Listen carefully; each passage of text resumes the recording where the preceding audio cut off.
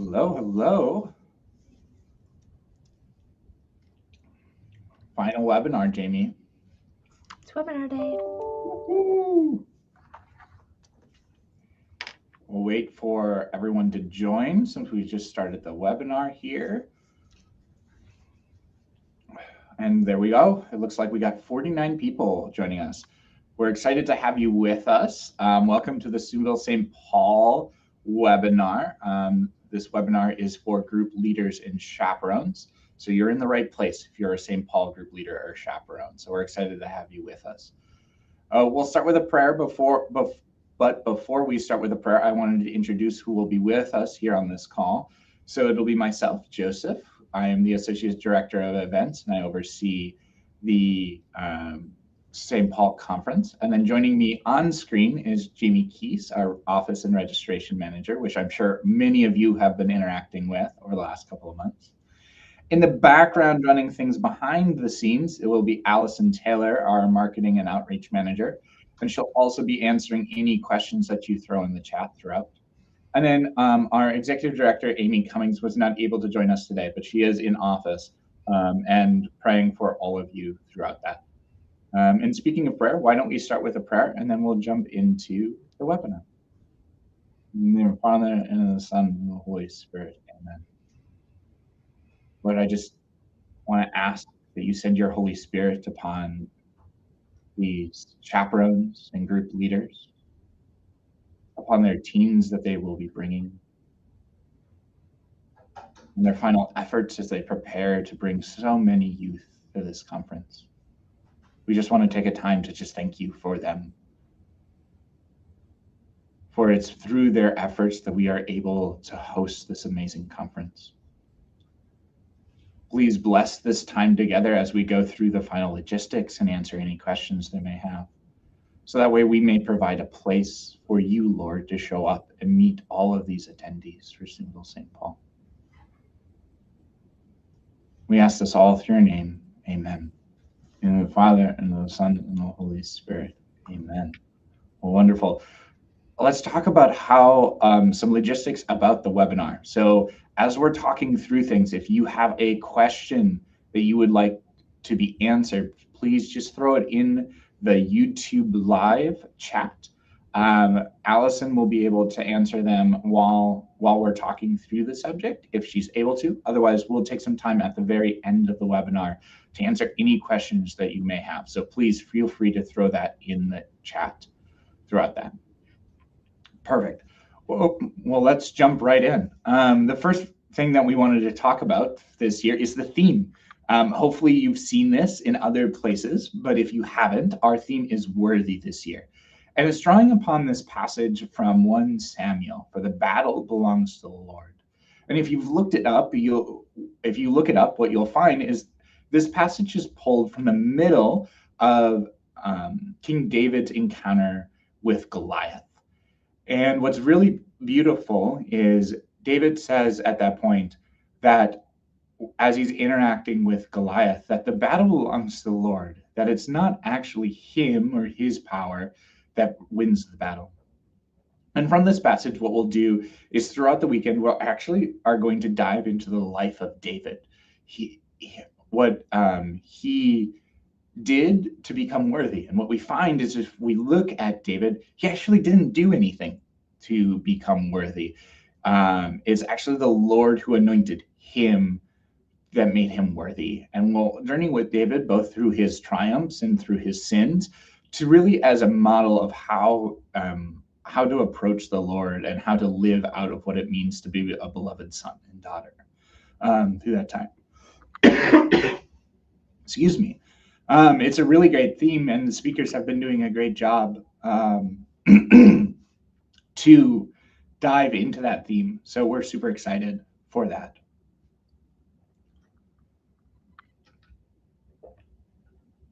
We also wanted to take some time at the beginning of this webinar to talk about yourselves. So the conference is mainly going to be designed for the teens. Yes, we as adults can definitely be blessed and touched by the Holy Spirit while we're there. But we wanted to just take some time to remind you all to do the things that you need to do to be able to pour out to the attendees and teens. What do you need to do to be prepared, body, mind, and soul? So that way, when you come to conference, you're able to give in the ways that the teens may be asking you to give and minister to them. So what are the things that you need to go do leading up to the conference to be physically ready? What, like, hydration is always key. What foods, those types of things. Mind, is there the place to just take some time and rest? I know those final days can be super stressful. So what are those things that you can do just to like reset so that way you can enter the conference weekend well? And finally, soul, taking the time to pray before you come, so that way there's a reservoir for you to minister out of, and also that there's that extra connection. And then finally, we just like to remind everyone, like, you don't have to do it alone. It's super important to have friends and family around us supporting us as we do this work, that there's other people praying, that there's people making meals for us as we're doing final details. So just an encouragement for you all that it is okay to reach out and ask for help, so that way you can come into the weekend well.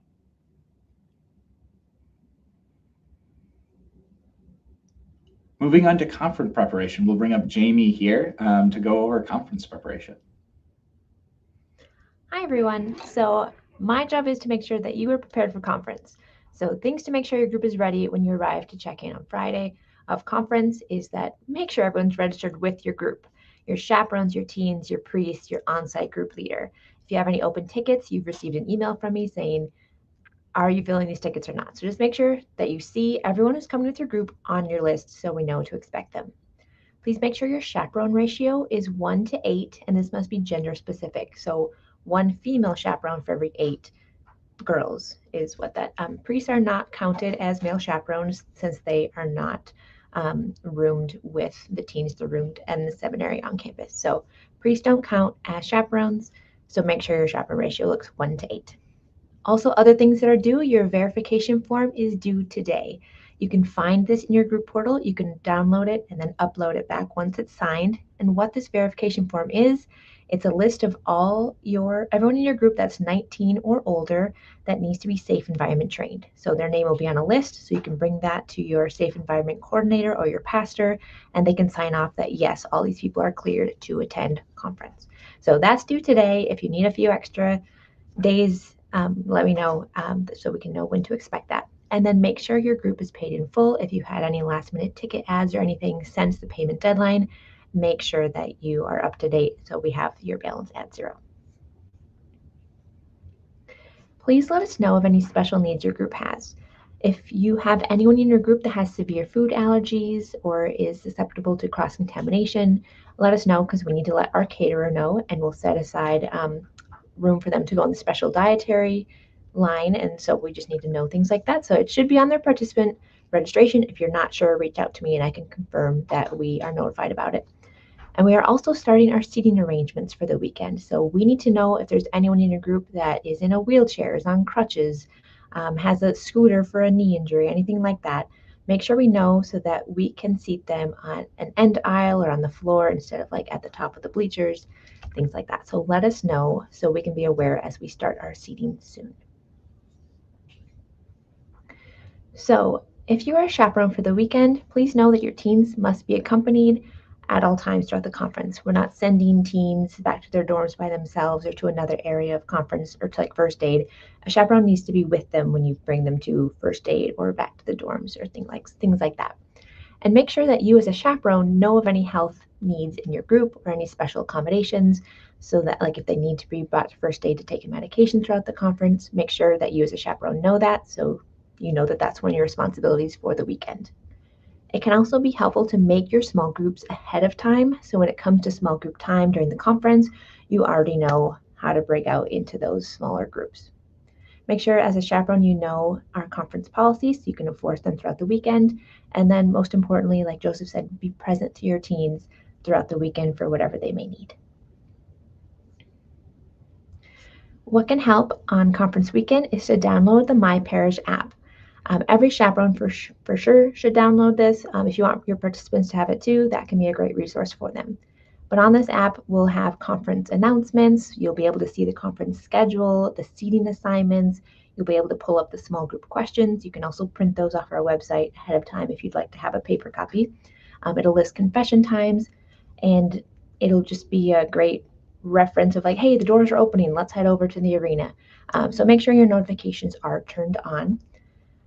And there are two different apps now. The My Parish Classic app you can download with this QR code. Make sure you download My Parish Classic. It's the one with the blue icon, and that is the one that you'll be able to find Steubenville St. Paul in. If you download the other My Parish app, it doesn't have Steubenville in there. So make sure you're on My Parish Classic when you're downloading this app. If you're downloading this app for the first time, you can just search Steubenville St. Paul in the app to pull up the conference resources. Now, these conference resources are going to be updated for this 2026 year on the Friday before conference. So if you download it early and you're in there and you're not seeing your group under the seating assignments, just know that we refreshed everything for this year on the Friday of conference. So you'll probably be seeing some of last year's information. If you already have an existing account on My Parish app, click those three dots in the left-hand corner, and that'll bring you to a place where you can switch out to a parish from your own parish to be able to search Steubenville St. Paul, and to you can save it as a favorite if you have an account, so you can like flip between the two, but that's how to switch it if you already have a parish in your account. And I'll bring Joseph back on to do conference policies and procedures. Perfect. Thank you, Jamie. So the very first thing we'll talk through is security. So this year, our team has done a lot of effort to really look at security and increase our security presence throughout the venue. And we've been working with the University of St. Thomas to make this happen. The biggest thing that you will see and experience throughout the conference venue is we're going to be doing controlled access into the arena space. What this is going to look like and mean for you and your kiddos is at all times lanyards must be worn around the neck in order to get through that space. It's also going to be that we're going to do single file lines to get in, so that way we can verify everyone has the appropriate credentials to be in that arena space. So I just ask where you can help us most is just be aware that we're doing some extra security measures, and just it's super helpful if you can help us direct the teams through those new load-in procedures. What it's going to look like on site for that arena space is there's going to be a main entrance door and a main exit door, and both will be policed anytime we're in the arena space. Throughout the rest of the time, we have, and we'll talk about it a little bit later, is we have this policy of no lanyard, no service throughout everything. And what that means is in order to interact with food lines, marketplace, reconciliation, to be entered into the arena, everything but first aid, let's just say, is they must have their lanyard around their neck at all time. Why we're doing this is this allows us, and it's the best way for us to know who is with us at the conference and who might not be. So if you can just please ask and remind all of your teams, chaperones, and yourself to keep your lanyard on at all times. Moving on to our next policy, our alcohol, drug, and weapons policy. So drugs, alcohol, and weapons are not allowed at the University of St. Thomas at all. This does include pocket knives. So just a note for those who are used to carrying those, that pocket knives are not allowed on campus and should be left at home. Since we're staying in the dorms, no smoking in the dorms or around any of the conference spaces. We ask that you go to the designated places if you do need to smoke throughout the weekend. Any violators of any of these policies will be sent home at their own expense. So if there is some reason that this is broken, we do send people home at their own expense. And then local law enforcement may be called at the discretion of our team. Moving on to the next policy, our cell phone policy. So cell phones are welcome at conference. We just ask that they are not used during sessions or liturgies. We ask that all group leaders and chaperones keep their phones on vibrate just in case of an emergency. And that's also going to be coming through the My Parish app. So when you download that, make sure you turn on notifications. So that way we can send out emergency push notifications to your phone. Outside of that, we don't really have any strict cell phone policies. So we encourage each group to set their own expectations for their group for the weekend. Some groups allow them to have the phones throughout the weekend. Some ask that they stay in the dorms. Some do a mix throughout. You're definitely encouraged to take photos throughout the weekend and videos. We just ask that no professional recording is done throughout the weekend. Moving on to that policy, I believe is the next policy. I'm getting ahead of myself.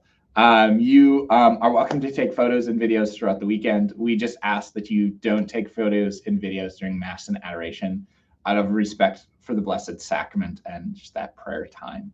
Conference pictures will be taken by our professional photographers. We have a handful plus a videographer on site.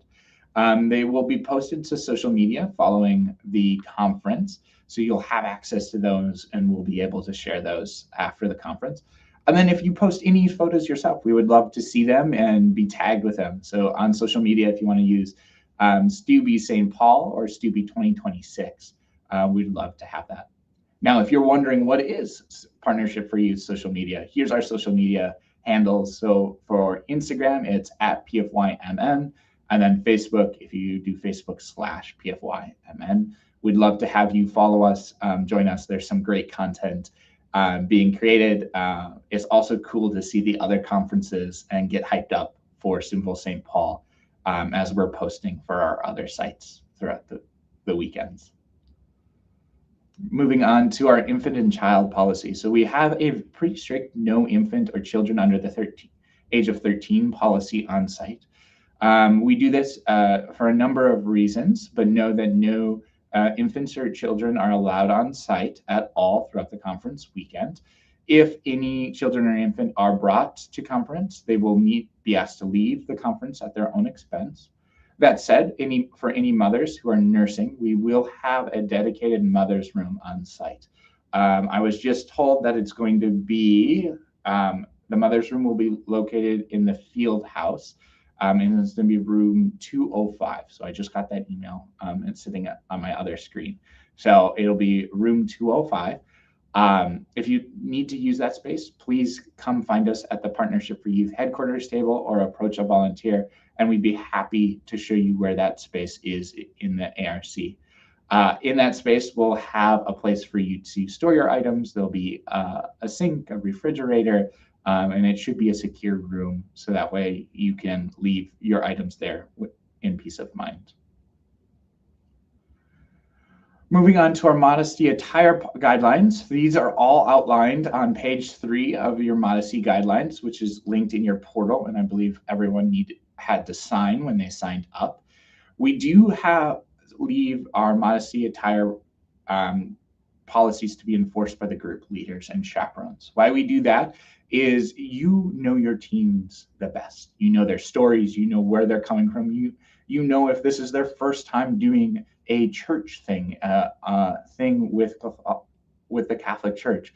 So we leave it up to you and your discretion to have those conversations. We know that people come from different walks of life and have different stories. And we want to make sure that those who know them best are the ones ministering to them. So please, as you see things, please encourage your group to follow all of these guidelines. Some important things from that modesty guidelines. Clothing must cover midriffs and undergarments at all times. If a teen is wearing yoga pants or leggings, we just ask that their shirt is at least fingertip length. And then the following couple of things, we just want to point out, there's some more things on this list, but the following things are not allowed. So low cut or spaghetti strap tops, short shorts or skirts, and the short shorts qualify for both genders there. Tight fitting clothing, and then any clothing that has crude or anti-Christian language on it, or any things that say like free hugs or any similar things like that.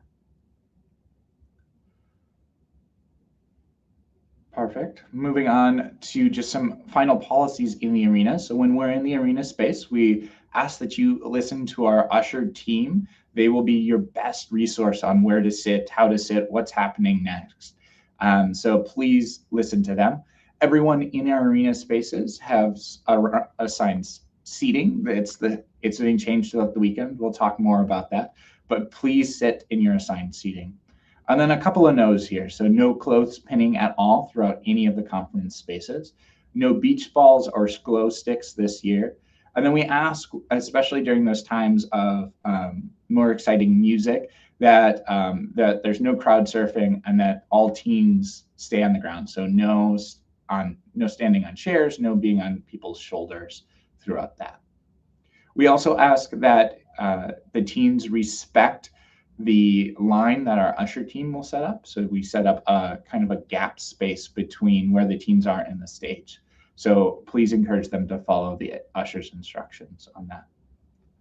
Moving on to our emergency procedures this year. So our first emergency procedure is not actually a procedure. It's if you have any needs throughout the weekend, St. Thomas's public safety number. So if there's any non-emergent emergency, so if it's non-life threatening, please feel free to call St. Thomas's public safety at this number. This is a great number to put in your phone. It's also going to be the number if after hours, if you are locked out after 11:30. So this is a great number to put in your phone for that. Their line's monitored 24/7. Our line, we're also happy to help. We have a texting line, which is listed lower, and we'll have it on an additional slide, where you can reach out directly to us. This is for non-emergency items. We're happy to help throughout the weekend. Our line is monitored from like 7:30 to 11:30. So outside of that time, please call public safety. If it's a life-threatening emergency, whatever that might be, please call 911. They are the best resource there. We do ask that you call 911 and then alert either public safety or our team, so that way we can better direct the first responders. But know that 911 is always the best first call when the emergency is life-threatening. Now moving on to our first emergency procedure is a fire procedure. So if you discover smoke or fire, please activate the nearest fire alarm in the station. And then please notify a conference volunteer or staff member. Evacuate the building on the ground level using stairwells, not areas. And then if we're in the arena, know that we have a dedicated plan on the best, quickest, and safest way to evacuate that space. So please follow the directions of the ushers for that, so that way everyone can get out of the arena as quickly and as safely as possible. Moving on to severe weather. So please, we do know that we monitor the weather radio throughout the whole weekend. Please remain in your area until notified. We will let you know if we need to shelter in place. Direction will be given from the stage or by volunteers in the area. Storm shelters are on the inner hallways of the lowest floor of whatever building you're in. Please make sure to always follow the directions of volunteers and staff. And then if we're in the arena space, again, just like the fire drill, know that we have designated places to shelter in place, and we have designed procedures to get everyone into those spaces as quickly and as safely as possible. So if we're in the arena, please follow the direction of the usher teams and volunteers. Moving on to our next procedure, medical emergency. So if, like I said before, if the medical emergency is life-threatening, please call 911. If it's non-life-threatening, please notify the nearest volunteer or staff member, and please help them and the other chaperones keep everyone around the medical emergency calm and safe, and please start to clear a space for the first responders or our first aid team to approach the team. We do have first aid on site, and they're a great resource. We'll talk a little bit more about them on the next slide, but I did just want to say, please don't try to attempt to diagnose what's happening. It's great just to be with the team or person who's having the medical emergency, and then let either our first aid team or first responders make that call.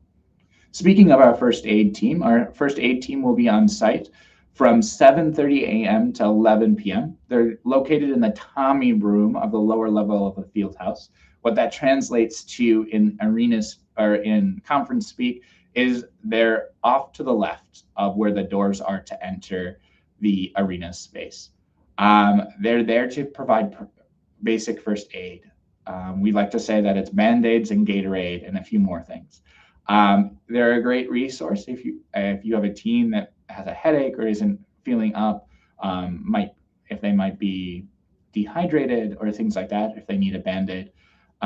Teams aren't able to stay in first aid, so it's not a place for them to lay down or things like that.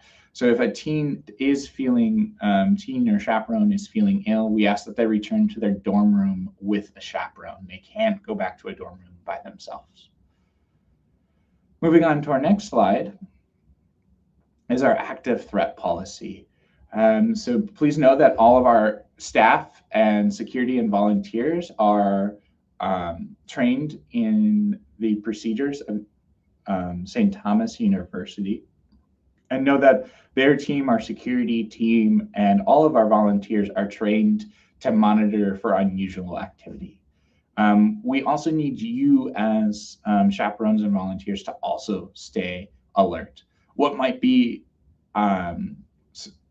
noted as suspicious activity is persons not wearing the PFY lanyards, the Steubenville St. Paul lanyards. If you notice that they're not in University of St. Thomas logo wear, if you notice that there's a random individual or vehicle or object out of place, those are super good things to note and to let our team investigate further. It's always good for us to investigate, to have a conversation or look into things a little bit more. Also, keep an eye out for doors that are propped open, illegally parked cars, persons that might be wearing unusually bulky clothing. If for some reason we are under an active threat, we follow the 3 steps on the following next slide here of run, hide, fight. So this is the procedure that the University of St. Thomas also uses. And essentially what this means is if there is a situation where we're under active threat, the very first thing is to run, to evacuate the building or space that you're in and call 911 immediately following you getting to a safe space. If you're unable to run or escape the place that you're in, the next best situation is to hide, to find a place where you and those around you can hide. The best is into a room where you can shut and lock the door. Once you're in that space, if you can close the windows and the blinds, shut the lights off, and also try and keep that space as quiet as possible. If running isn't possible, hiding isn't possible, then as a final last resort, we do ask that you fight, that you show aggression against the threat, that you find a piece of furniture or an object to use as a weapon to defend yourself and the teens from that threat. Throughout the weekend. Know that our team is constantly monitoring everything throughout the weekend. We have increased security just as a preventative measure. Know that there hasn't been any noted reasons for that we're this year just leaning into security to be very proactive this year throughout that weekend. Moving on to our final procedure that we'll go over is missing teens. So if you find that you are missing a teen, the best thing that you can do right away is notify the closest volunteer and staff member. When you notify them, they'll notify our staff and we'll come over and have a conversation with you. The first couple of things that we're going to ask is, when is the last time you've seen the teen? What were they wearing? Who was with them? Do they have a phone on them? Where do you think they might possibly be? These questions help us to start the initial search. So as soon as we have our conversation with you, we'll notify both St. Thomas and our own security team to search those places where you think the teen might be. If we're unable to find the teen within a certain time frame, then we'll start escalating it up to calling the parents and contacting local law enforcement. Know that in our 25 years of running conferences, we've never lost a teen. It's taken us a little bit to find some of them, but typically what we find is that they're in the bathroom, or they've ran back to their dorm room, or they needed to step outside to take a personal phone call because a family member called them. So know they're usually close by, and we're happy to help you locate them if you are missing a teen. And with that, let's transition into busing and cars, so getting to conference. So if you're coming by bus, bear with me because there's a little bit to go through here. Please communicate the following to your bus drivers. There is no bus parking available on site, so we can only drop off and pick up teens on site, and all buses will need to find additional places to stage or park throughout the weekend. Please do not unload your bus outside of the designated bus loading zones. Please also do not stop in the middle of the street to unload. Our transportation team will direct you into a space that is safe and secure for you to unload the buses. So please follow their directions. Please let your bus drivers know to factor in staging time, particularly on Sunday, into their driving hours. So because we are loading up mini buses Sunday after the closing mass, there is some additional time that the buses may be idling on the side of the street until they're able to load your group. So please alert your bus drivers so that way they can factor that into their driving hours for you all. And finally, as I mentioned, please follow the directions of our transportation volunteers. They know what they're doing. They're the best resource in order to get you in and out as quickly and as safely as possible. So please follow their direction. If you have any questions or about that, can we go back to the slide that I was just on? Thank you. Any questions about that, please contact Patrick Holton, our bus core team member. He'd be happy to answer any questions. As for loading and unloading buses on this map, you can see that we will be unloading buses by the arches. So this is on Summit Avenue, and it's the yellow zone to unload buses there. On Sunday, you'll be staging buses on the other side of Summit Avenue, and there will be transportation people directing you there for that. Know that in order to load your bus on Sunday, your whole group must be ready to go with your luggage in order for the transportation team to call your bus over. So make sure that everyone's there and ready to go, because that'll be the biggest thing that holds you up for buses.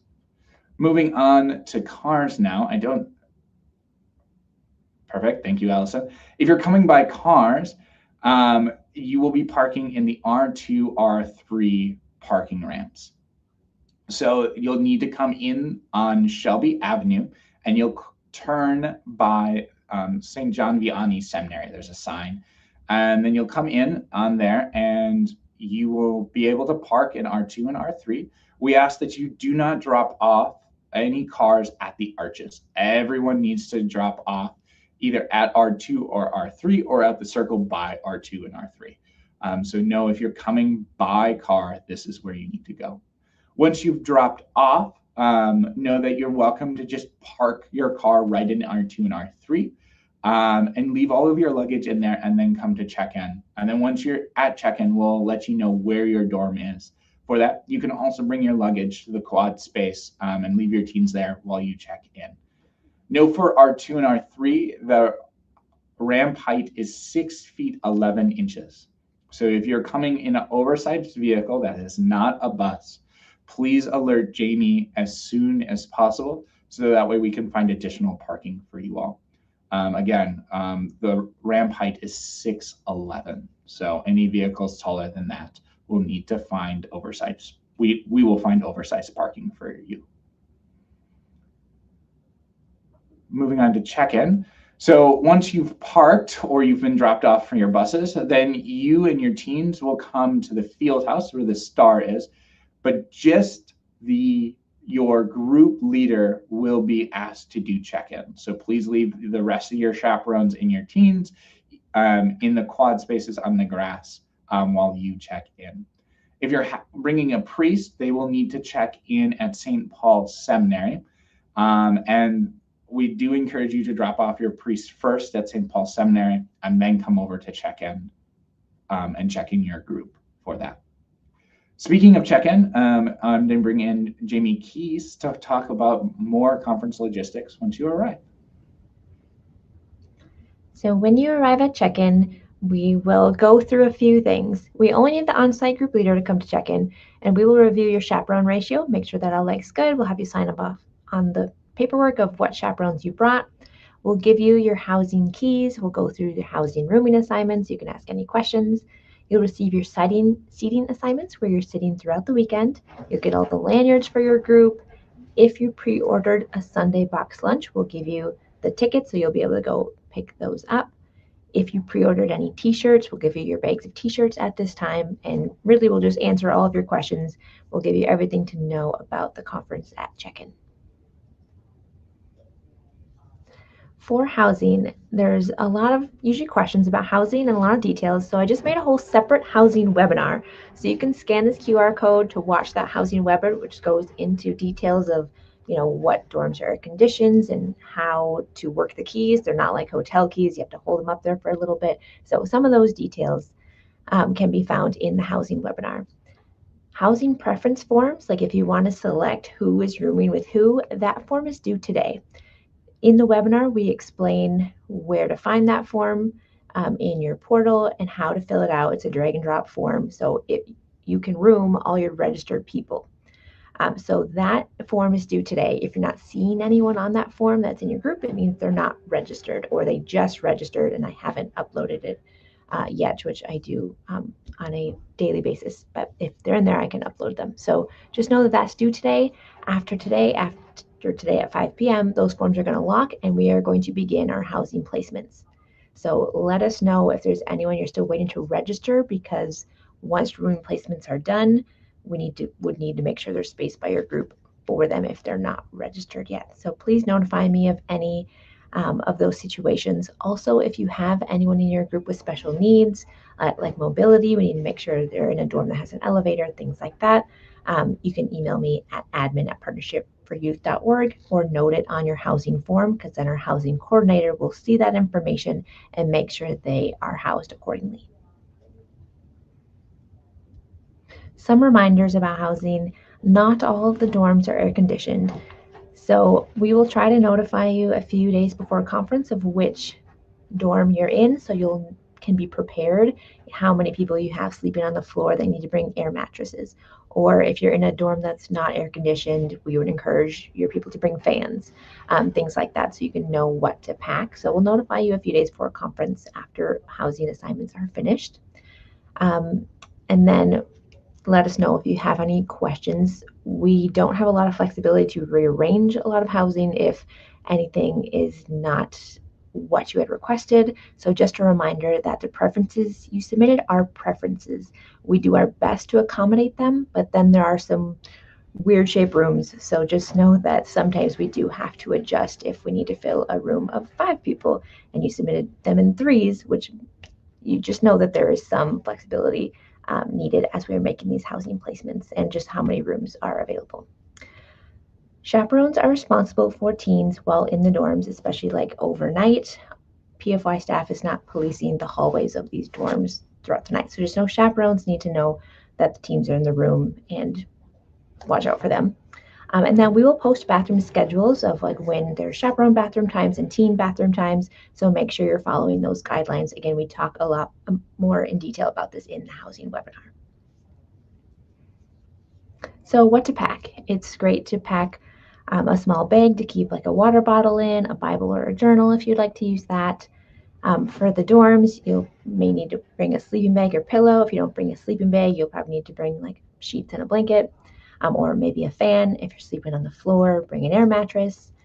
You'll need to bring your own towel and toiletries. If you plan to shower, bring all of the things you would need for a shower. And then bring spending money for the marketplace. We accept cash, card, Apple Pay, Google Pay, all of that. And then, which I'll be talking about shortly, any Share the Glory items are to support our donation partner at the conference this year. And then remind your teens to wear modest clothes and walking shoes. The chaperones are policing that modesty policy, like Joseph mentioned. So remind them to pack those modest clothes so they have options. So for our Share the Glory partner this year, we are partnering with Women's Life Care Center. So we'll put collecting these items at check-in, and also Saturday morning through probably Saturday early afternoon, you can bring them to the check-in area. We're collecting baby lotion, diaper cream, diaper bags, footed sleepers of certain sizes, those baby safety kits, some sleep gowns, and diaper sizes newborn to size 5. So this is how we can support all these moms and babies through this center. So please, if you're able to do a fundraiser with your group, we can really make an impact by giving them a large donation of the things that they are in need of. And then here's a general map of campus. We will be giving you all a map at check-in so you can see where the field house is. We have the symbols for the heart and the diamond of where you'll be eating. The heart is the View cafeteria, and the diamond is the North Sider cafeteria. We also have a new dorm we're using this year called Frey. So that may be new to a lot of you guys. So that's noted on the map where that is located as well. So you'll get one of these at conference, but you can also find it on our website if you need to use it before then at all. So here's the group leader texting number. If you have any issues throughout conference, like you're locked out of your dorm or you've lost a water bottle or anything, you can text us hey, or just any questions you have throughout the weekend. We're monitoring this from 7:30 a.m. to 11:30 p.m. Text only, but we can respond to you pretty quickly, answer a quick question for you. If you're bringing a priest with your group, they will get emailed the information of what they need to bring, but you can also let them know they should bring an alb and a stole, green, white, and purple. Priest check-in is located at the St. Paul Seminary. That's where they'll be housed for the weekend if they chose to stay there. Since it's a little bit across campus, we will have a shuttle to bring them to the field house, especially at check-in and things like that. So it works best to have the bus drop off the priest first and then drop off everybody else. Priests are asked to help with confession and liturgies throughout the weekend. We really can make an impact if we can hear lots of confessions, if we have priests to hear those confessions. So we appreciate our priests that are coming, and we'll make sure they get the information they need. We'll also have a little priest hospitality time. This is in the Anderson Student Center, and the St. Paul Seminary is hosting. So all the priests can kind of have a little social from 5 to 6:30 on July 24th, which is that Friday, right kind of in that dinner hour. So we invite all the priests to come and join us at that time. Now, all priests and deacons that are outside of the Archdiocese of St. Paul, Minneapolis, needs to send us a clergy letter of suitability. And this lets us know that they're cleared, they're good to be at conference. If we haven't received this yet, you'll be getting an email from us saying, hey, we need this before you can attend conference because you're out of diocese. So keep an eye out for those emails. And this is the chancellor email is where that should be sent. And then we'll know that that priest is good to go. Reminder that transitional deacons cannot be counted as chaperones because often they need to be housed at the seminary and won't actually be able to be there with their kids in the dorms since it's an overnight conference. But permanent deacons can be counted as chaperones. So just wanted to make that note on deacons. So we'll have assigned seating throughout the week. The seating assignments can be found in your My Parish app, but we'll also give them to you at check-in. So you can, if you like to have a paper copy right in front of you, you can at least head in the right direction of where you should be sitting for the weekend. Now, for the Travelers Mass, which is 4 p.m. at Friday, so right after check-in, there's no seating assignments for that Mass. After that, so the Friday evening session, we'll have assigned seats.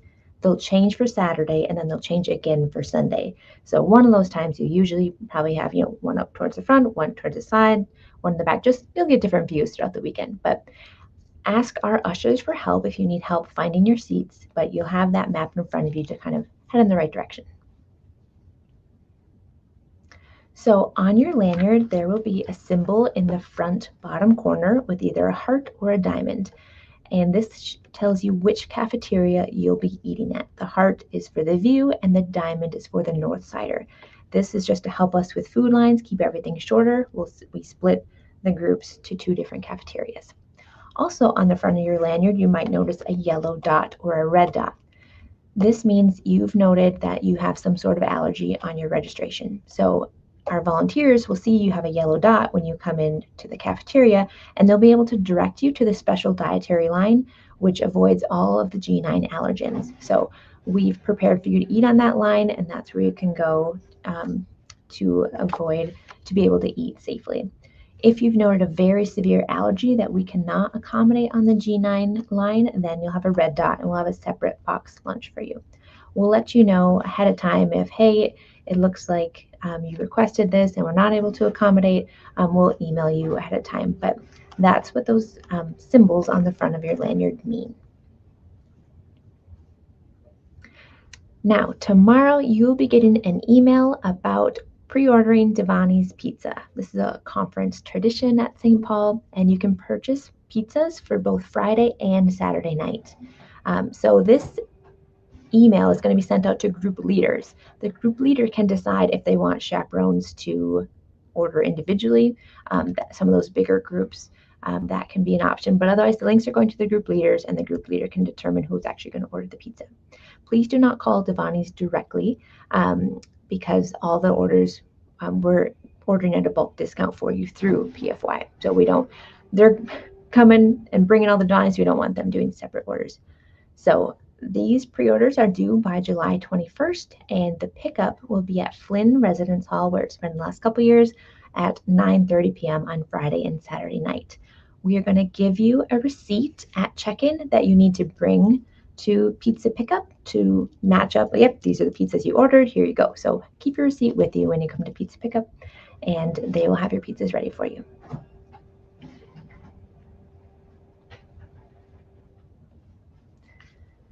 Joseph, did you want to discuss recharge time? Absolutely. Wonderful. Thank you, Jamie.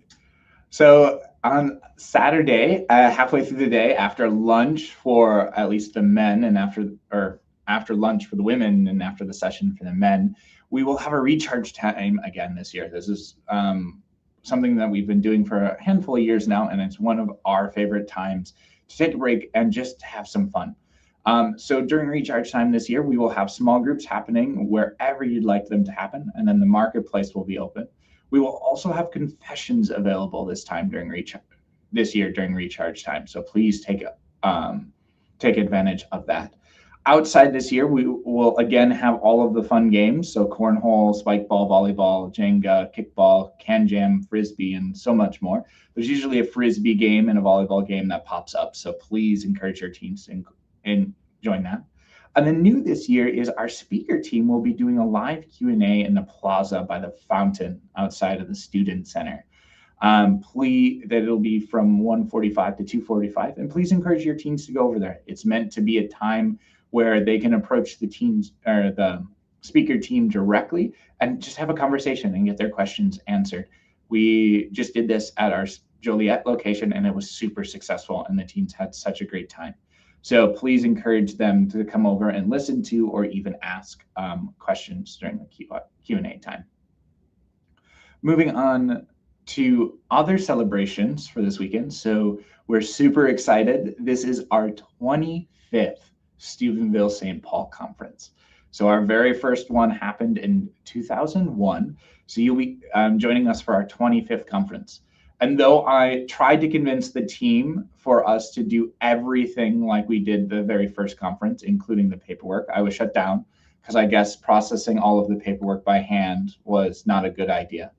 But what we are going to do is our team has put some really great items together for you to interact with at conference. So the very first thing that you'll see is we have a wonderful, beautiful museum space that's been set up of all of the conferences and pictures throughout the year. So please encourage your teens and yourself to go through and look at that.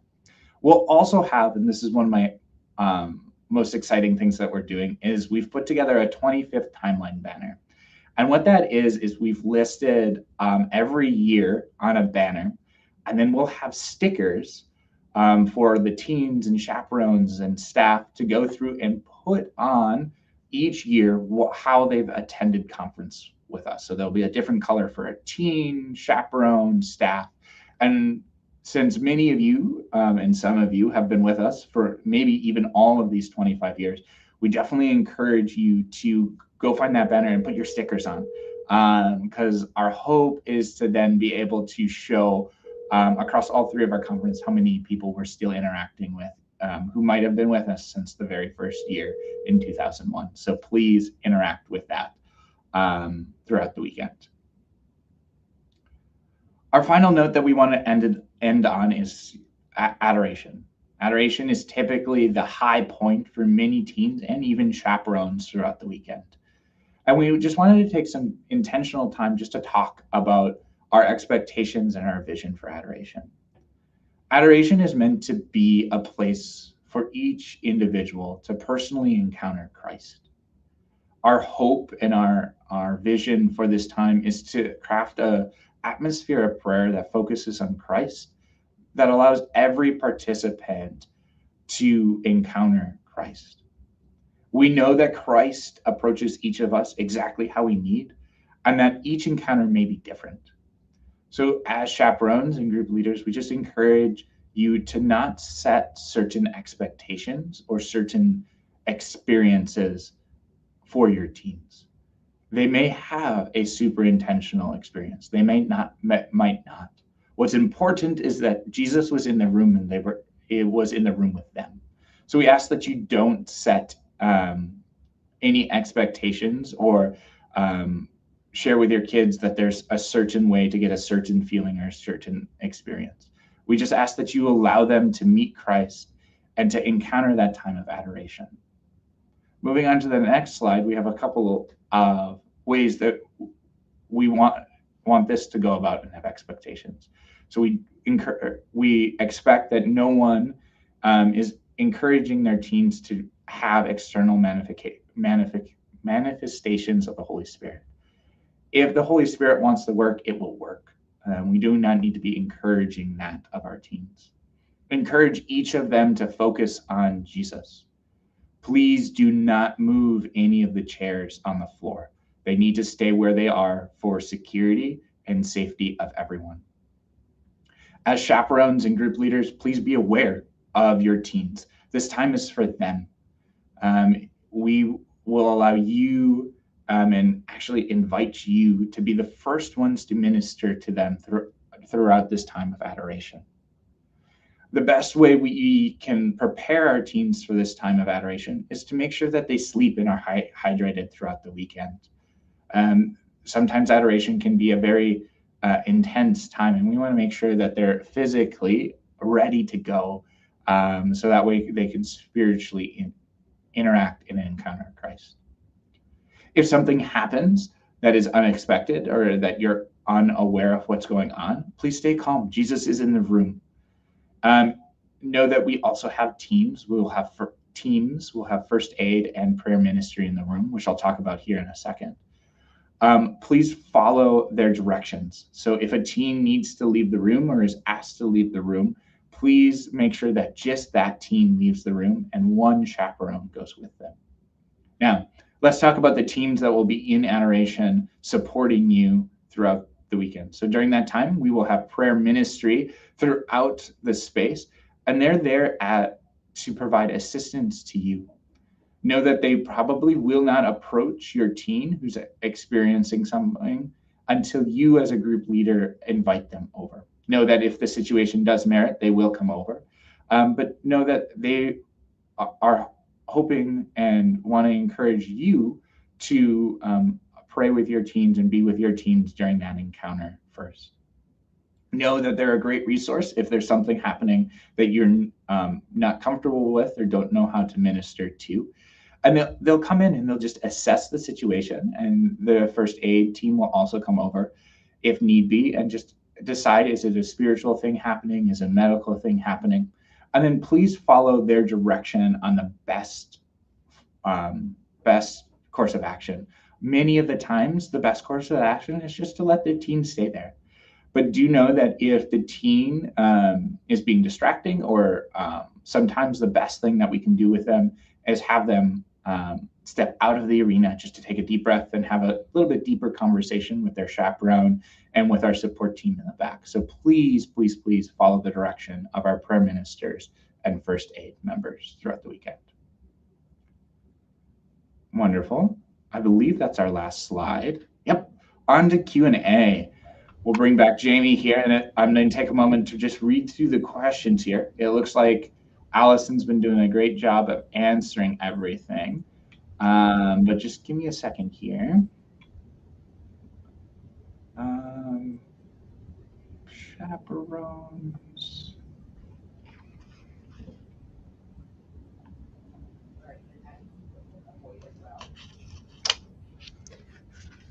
The only question that I see that we haven't answered in the chat, and feel free to put any additional questions you may have in there right now, is luggage on Sunday.